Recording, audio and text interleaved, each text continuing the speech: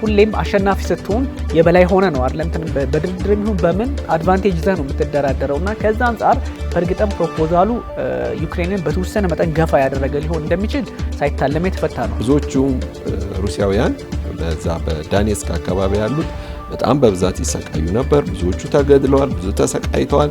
እንዲያውም የሩሲያ መንግስት በጣም የሚወቀስበት ጊዜም ነው። በተለይም የዶንባስ ጉዳይ ለነ ፕሬዚዳንት ቭላዲሚር ፑቲን ተላልፎ እንዲሰጥ የሚፈልግ እቅድ ነው። ዜሌንስኪ ምንም ቢሆን አሁን የፈታው በሩሲያኛ ቋንቋም ቢሆን የሩሲያኛ ቋንቋ ጠላት መሆኑን በግልጽ እያሳየ መምጣት ይጀምራል። ስቲቭ ዊትኮቭ እንግዲህ ወደ ራሽያ ሞስኮ አቅንተው በጉዳዮች ላይ ሲወያዩ ገንዘባቸውንም እያሰቡ ነው።